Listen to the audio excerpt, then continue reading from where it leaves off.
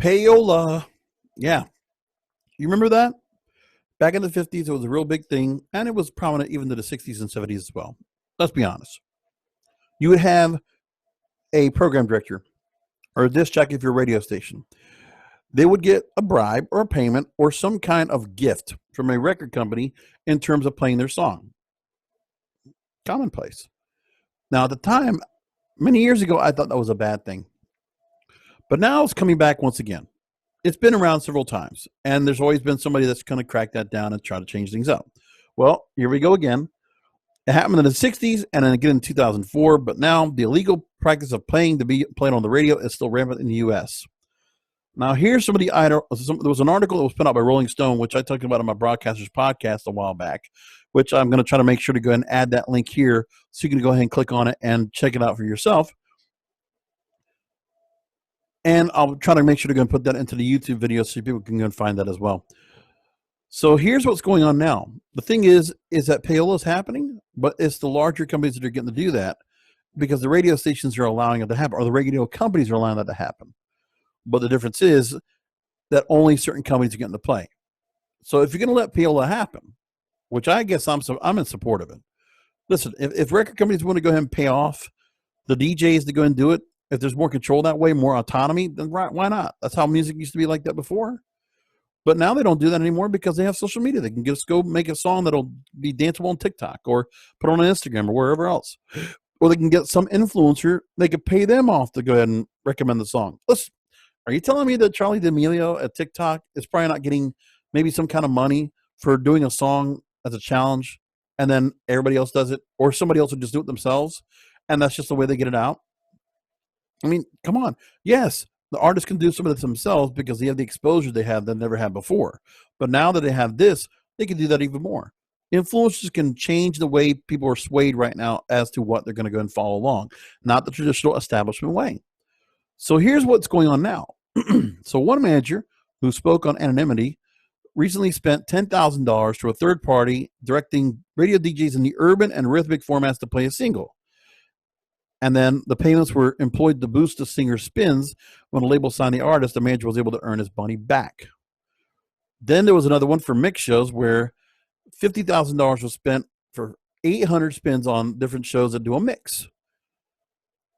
And then one record for 10 indie promoters. So say a song is number 20 on the top 40 chart ranked by spins, but it's number 40 in audience. So you'll probably see stations pop up with a high concentration of spins overnight when barely anyone is listening. Again, yeah, they change the gimmick so they can get songs played overnight to kind of ramp things up to then show the spins are up there, and Billboard will go ahead and tabulate and calculate the spins from radio in order to get a song boosted. And then there's also paying a toll and promotional dollars. So like programmers might take home $1,250 for playing a Jessica Simpson song back in the early 2000s.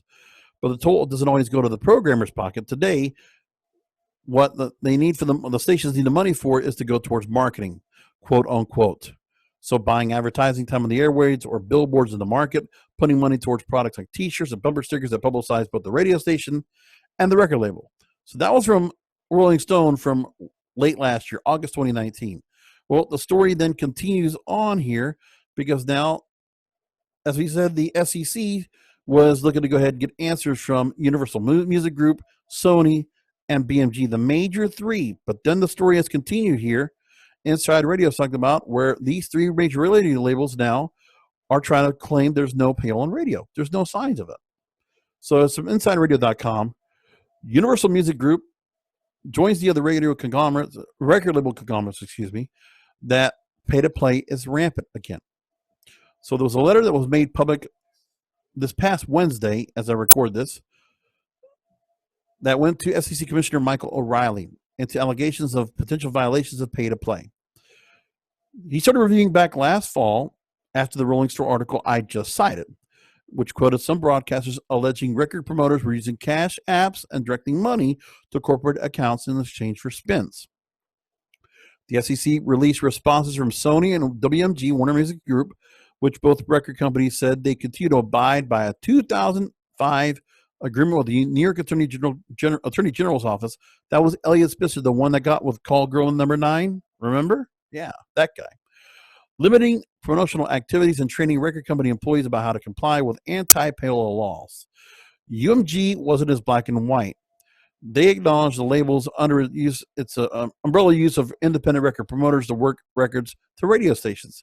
The company, though, said, quote, it has no visibility into the details of the arrangements between the radio stations and the independent promoters, end quote. It did say that a UMG employee, if it becomes aware of the situation, the company has a 24-hour hotline to anonymously report the abuse. So the FCC is investigating. It's not a priority. But O'Rielly told Inside Radio the information so far suggests reports of payola may be overblown, but it's too soon to say for sure. So right now, O'Rielly is saying that this is maybe something that we may recommend to Congress, that the provision is no longer needed because there were rules that said it would take an act of Congress to eliminate or update the statute of payola. But he was something that he would consider advocating if no credible allegations of payola surface or any that can be refuted. So no broadcasters have talked about the matter, but this is a big problem again. But my thing is, I think payola needs to come back. But it just can't be the major record label conglomerates that own all the majority of the record labels. The independents should be able to go and get their crack back at it again. Just make it a fair playing field. First of all, we're worried about making sure the artists get paid, the songwriters get paid. I mean, that's another thing for radio in general. And this is what's going on for broadcast radio. This is the issue they have here. And we know that in this same way, here's what's going on with this story, is that there's modifications that can be open to for the payola rules because they represent how broadcast radio is at a disadvantage. This is where I'm coming from with this. Because the FCC rules are required under federal law, services like Spotify, Pandora, and Apple Music have not had to comply to those regulations because they're not going to get that kind of thing. I don't think they're going to do anything to, change the algorithm. Again, it's audience response. That's where songs are going to be popular. So payola only works a certain way now. It has to be an avenue for radio stations to help get a song broken, much like how songs get broken another way. But what has to happen is for radio, again, this is where when advertising is being lost, radio should be able to go and embrace money from the record labels, let payola come back into play, but make it under a rule. Just make it a way where it can be happening again. They need help because the thing is, why are you going to go ahead and trust on the programmers, which there are no more legitimate programmers in radio that know what they're doing or not allowed to know what they're doing to break a new record and to put something out that is brand new. Very few stations get to do that, especially with new music. So when you have that into play, then let the record labels pay their way onto the station. Let them buy their way. What's so wrong with that? If the record labels are willing to do that, that shouldn't be a problem anymore. That actually should be allowed. And because they can't control what's going on with the internet is going to control everything. All the internet, the record labels can do is market and promote like they normally do online. But when it comes to radio, they have to find a way to go and do that. But they should do something to help support the radio stations and prop them up. I think those two could work with each other so that radio is not so reliant on advertising. Just a thought.